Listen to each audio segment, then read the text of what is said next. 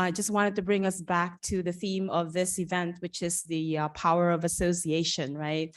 It's an honor for me to serve on the board of the ALN, but I also have another role. I also serve on the IAM's Knowledge and Leadership Group. And Chris, our next, Chris Roberts, who is our next speaker, is the president of the IAM, and we've been working together to advance knowledge management, from my perspective, at the IAM. So it's really exciting because now we're able to have two organizations that have the same goals and mission to promote asset management, to really be working together. So thank you so much for the opportunity, ALN, and of course, Chris, thank you for the IAM opportunity. So let's welcome Chris. Thank you.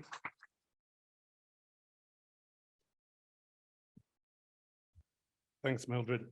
It's great to be here today with friends at the Asset Leadership Network. I wanted to sort of point out a couple of people in the room who are probably the reason why I'm standing here today, actually. So a little bit on the side here, Yvonne Kearney. I first met Yvonne when I was flying in and out from Liverpool in the UK to the US back in 2010, maybe 2009, 2010. I had the most amazing miles you could imagine, doing 2 weeks in, 2 weeks out, and was helping actually to move WMATA forwards with their asset management program. They were the first transit agency to write a asset management plan pre-MAP 21. So, and Yvonne was a key driving force behind that. So that was great. Fast forwarding a couple of years to 2012, Mike Salvato on the corner over here convinced me to move to the United States in a delightful restaurant in New York, if you remember that. It was a farm to fork restaurant, which I was not expecting in New York. We sat opposite the Google building, and he attempted to convince me to move to New York, and I didn't quite make it that far north. I have lived here now for 10 years, just in Northern Virginia. I first moved to the US, and my next door neighbor, but one was a very good friend of Jim's. So it's a very small world. She's the head of asset management for the Smithsonian Institute, if you remember.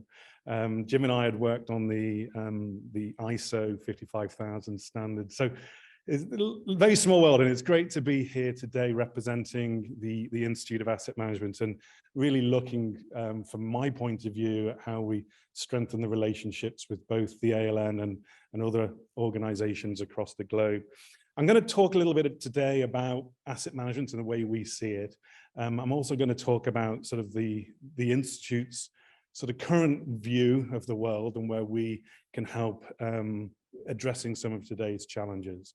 And I'm going to talk about some of the other things which we're trying to do, sort of let you inside the tent a little bit and just share with you some of our aspirations over the next 1 to 3 years. We've just gone through our annual general meeting this week, and we've talked at that AGM about the fact that we've delayed our strategic plan for the next 3 years, and we've done that very purposefully, and I'll talk about some of the reasons for that in a moment. I have a number of roles in my life. Number one, I suppose, first and foremost, it feels like, because I spend too much time doing it, although I shouldn't say that we shouldn't broadcast that too loudly, given I can see the videos playing, but I am the president of the Institute of Asset Management. I was elected in as the president last year. I serve a 2-year term. There's a force to try and make me stay another couple, so we'll see what happens with that. I'm also a partner principal with KPMG. You will all know of KPMG as one of the big 4 tax audit and accounting firms. So it's somewhat, I get somewhat of a shocked look at times when I say that I work in the infrastructure and major projects advisory group within KPMG. We do an awful lot around climate and that nexus point between climate strategy and infrastructure and major projects. So it's a great organization to be with. It gives you access to a different corner of the C-suite, the finance teams who have suddenly started to wake up to the need for thinking about their infrastructure in a different way. I did mention that I also support the American Society of Civil Engineers on the scorecard. I've just started that. They're actually on my case at the moment for a delayed a delayed comment on some of the scorecards that are coming out. And I'm also an advisor to the United Nations on their asset management committee, which was something I was doing last night, so I was unable to attend your dinner today, last night rather. So let me just start, set a little bit of a scene setting here. And the previous speaker did a great job of that for the US, so I'm not going to sort of dwell on some of this, but I really do think today, now is our time. This is the moment that asset management has been waiting for. It's a absolute perfect storm right now. You have some major shifts happening, both at a government level, as well as in our corporate colleagues and our corporate world. We've got customers, consumers, society at large, recognizing that we need to be thinking about things differently. We've seen that shift underway since some parts of it, I think, picked up speed during the pandemic for sure. We saw in 2020 a major refocus on equity, social equity, societal equity, real focus on social justice, and the role that infrastructure can play in that. Of course, when you go into a pandemic or any other economic downturn, we always think about infrastructure as building our way out of it. We've seen that back in 2008, we saw it in 2001 and through the 90s. Invest in infrastructure, get people busy, let's build our way out of it. But there's a change. It's a new era now for building our way out of economic downturns. We didn't necessarily see as much of an economic downturn as we would have expected through the pandemic. But what we have seen is a renewed focus on not just thinking about projects in terms of getting people busy, so that sort of shovel-ready approach, but actually thinking about where we should be making those investments, so more shovel-worthy. We're also recognizing that infrastructure plays a large role in our ability to both react and cope with what is thrown at us every day from a climate point of view, as well as contributing to those problems. 70% of the world's greenhouse gases come from physical infrastructure. So, you know, that's a major problem in its own right. But it also receives the biggest impact as well. So when you look at, the previous speaker talked about the $2.6 trillion of infrastructure deficit, which is the sort of top middle in those columns there. It's a huge number. It's a huge number of funding that is needed just to address the state of repair of today's assets. When you add to that the fact that we've probably spent, according to, I've forgotten the climate group in the US, but according to the climate group in the US, $2.4 trillion on damages and costs related to the 332 climate events since 1980 that exceeded 1 billion. So there's a whole load that were not quite 1 billion, but anything above 1 billion, we've spent $2.4 trillion on those. So we're almost sort of neck and neck. If we'd actually thought about this since 1980, we would be in a much better position than we are today. There's a couple of other interesting things happening today, which are also causing this perfect storm, as I said, is as we start to think about how we become more resilient, how we become more sustainable, we're starting to see a convergence of asset classes like we've never seen before. So our road our road engineers, for example, have always thought about concrete and metal. They're very good at putting concrete and metal down. The previous scorecards suggests just how much concrete and metal they do need to put down over the coming decade. However, what we're seeing now with the adoption of electric vehicles is a need to not just think about the concrete and metal in the roadway, but also to think about the energy supplies, the energy networks that can support a move to electric vehicles. And with that, we also need to think about the digital platforms that need to be put in place to control all of that. It's a much bigger challenge. And we're seeing that across the board as we start to think about shifts to energy transition to clean energy. The funding that we've got today that is nothing compared to what is needed. We're looking at $4.5 trillion at least to get the network in a shape which can cope with a decentralized clean energy generation platform. So some huge issues. For those that have, I don't know whether anybody here has traveled from California this last week or has got friends and colleagues and family in California. You've probably been receiving the text messages that tell you to reduce your energy consumption later in the evening. That is a sign of things to come, I'm afraid. We've seen that in Germany and South Africa. South Africa currently has four two-hour blackouts every day to accommodate the demand for electricity and the lack of generation. So some real challenges. We're going to see the same thing, of course, through Europe on the back of what's happening in Ukraine over the coming months. So there are some real challenges ahead of us. We've got a lot of money. Great. The government has stepped up a lot of money. We've got a lot of investor funding, which I'm going to talk about in a moment as well. We also have a huge shortage of people that can actually roll up the sleeves and get this stuff done. And that's going to require major leadership by our organizations to figure out how we can pull ourselves out of this. This is not just about, as I said, shovel ready or shovel worthy, making sure that we've got planning ready, planning worthy projects, and we've got a whole sustained portfolio pipeline of projects ahead of us. We've been talking about asset management for 30-something years, and that's not just the Institute. Jim has been doing the same thing with the various organizations that he's been part of. Many other organizations have been talking about asset management for several decades.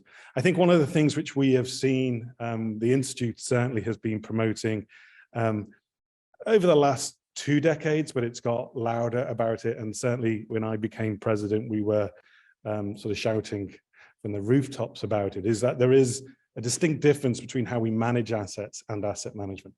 One is really about maintaining asset performance, the state of good repair. It's thinking about those life cycle activities. It's managing that little cog at the bottom. The second is more focused on our organization performance and really thinking about the goals and objectives and the value proposition that we're trying to achieve with our assets.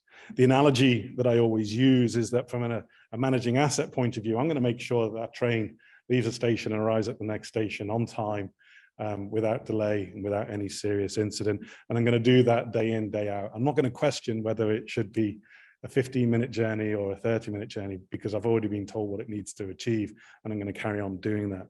From an asset management point of view, I'm now starting to question whether that journey should be 15 or 30 minutes. I'm also questioning whether that journey is providing value to the consumer, the passenger, and is it providing value in a equitable way? So is it allowing a part of a community, a disadvantaged community, access to healthcare, jobs and education in another part of the community? That's where we start to talk about shovel worthy. That's where we start to make investments that can really have a local impact. And of course, as we think about the whole decarbonization agenda, we really are now on a push to not just think about moving freight, people, whatever it might be, from A to B, but doing that in a way that is reducing our emissions, both with the assets that we are utilizing, as well as the reduction in the assets that we would have utilized should that system not be functioning. Previous speaker talked about the Infrastructure Investment and Jobs Act, IJA, also commonly referred to as the Bipartisan Infrastructure Law, Bill. I've joked a couple of times. I've said, Bill is like your favorite uncle. He's very rich and he's a little bit loaded. You know, he's very rich, he's loaded, and he's quite green, actually. He's a bit hippie. So I think it's a good analogy. This is a funding bill like we've never seen, and that's great. But with that comes challenges. There's challenges around how transparent we should be and can be, and making sure that we're all spending money in an accountable way. We don't want any fraud, any abuse. So we've got to make sure that organizations are putting in place the appropriate controls to prevent that. With the size of funding that is available, that is an overwhelming request in its own right. And then, of course, as I said earlier, just the boots on the ground to deliver this currently don't exist. And we need to be thinking about how we enable that over the course of the next decade. What I haven't included here, which I should have done really, is 2 other slides, because we also now have the Inflation Reduction Act, which has a few $100 billion set aside for infrastructure investments. And we also have and I forget the acronym, so I forget the title, so I'm just going to use the acronym, the CHIPS Act, which is really about making sure that our domestic semiconductor manufacturing is secure. It's providing a level of security and resilience to the US. So those acts as well start to increase the level of funding that we're going to see. I'm getting a finger here, so I better speed up a bit. Is that correct? Yeah. I do also want to just highlight that as much as that we've got the federal funding, that's great. We've also got a huge amount of consumer and investor interest in infrastructure today. How we move the needle comes down to how we move the needle on environmental, social, and corporate governance comes down to the decisions that we're going to make related to our assets, our physical infrastructure. $53 trillion of investor funding is phenomenal. And we've got consumers who are now saying, 80% of consumers are leaning towards organizations that have a stronger transparency within their ESG reporting frameworks. What ESG is actually doing is enabling us to promote infrastructure. It's taking it to the C-suite, which is something we've attempted to do time and time again.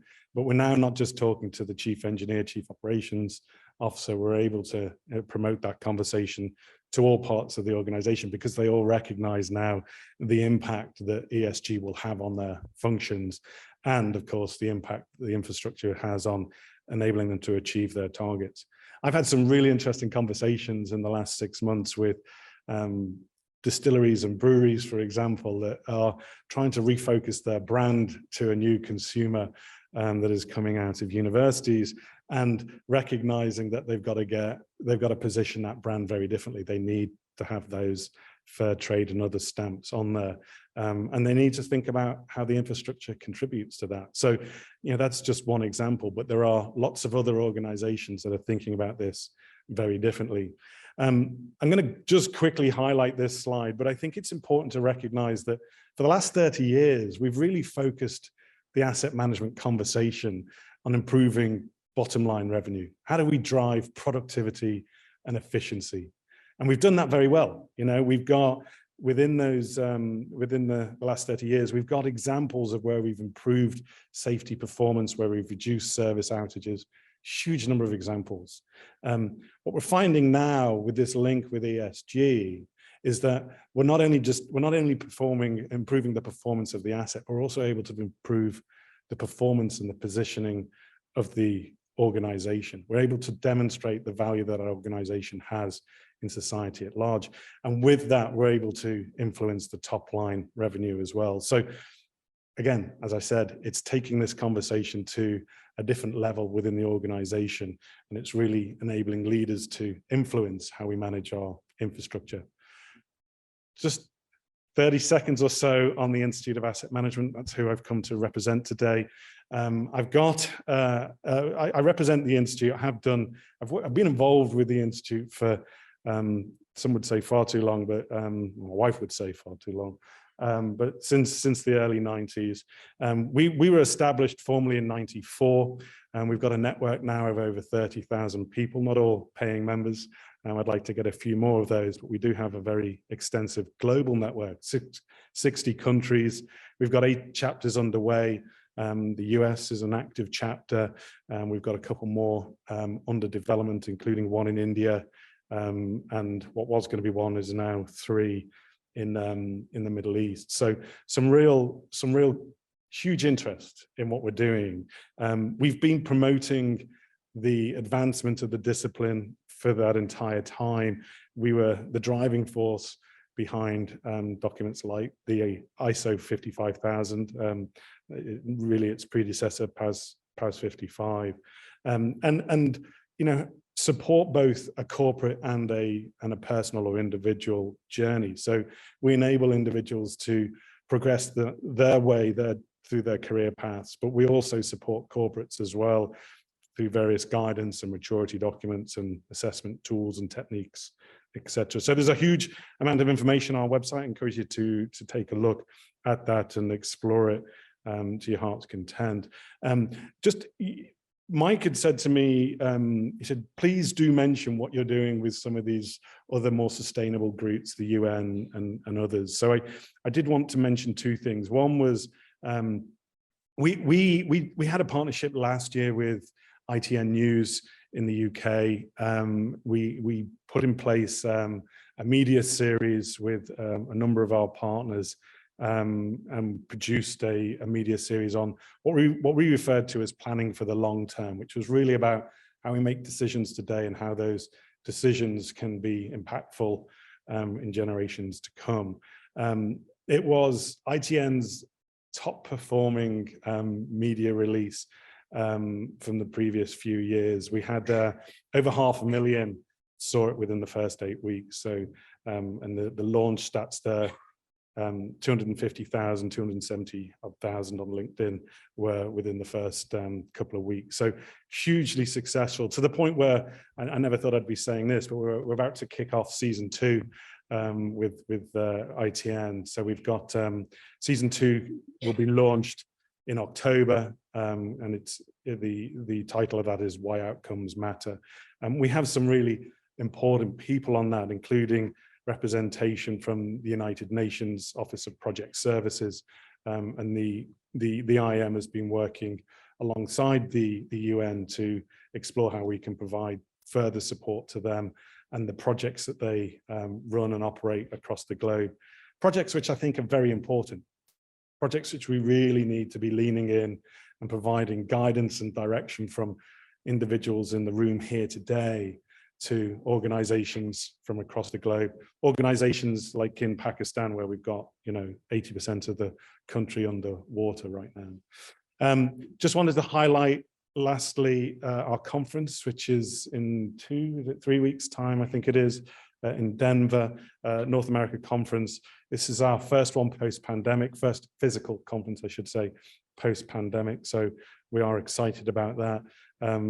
We've had a couple of, it's the first one in North America, I should say. And we've had a couple of other conferences earlier this year, and they've been hugely successful. People have been excited to get back out and see their peers and explore the discipline further. So with that, I'll pause. I've got a guy waving at the back. So much excellent content in so little time. Chris, we've got to have you back on a web program for an hour or something. I hate to cut off anybody who personifies an act of Congress as his Uncle Bill. That was great. I really like that. So let's give a round of appreciation to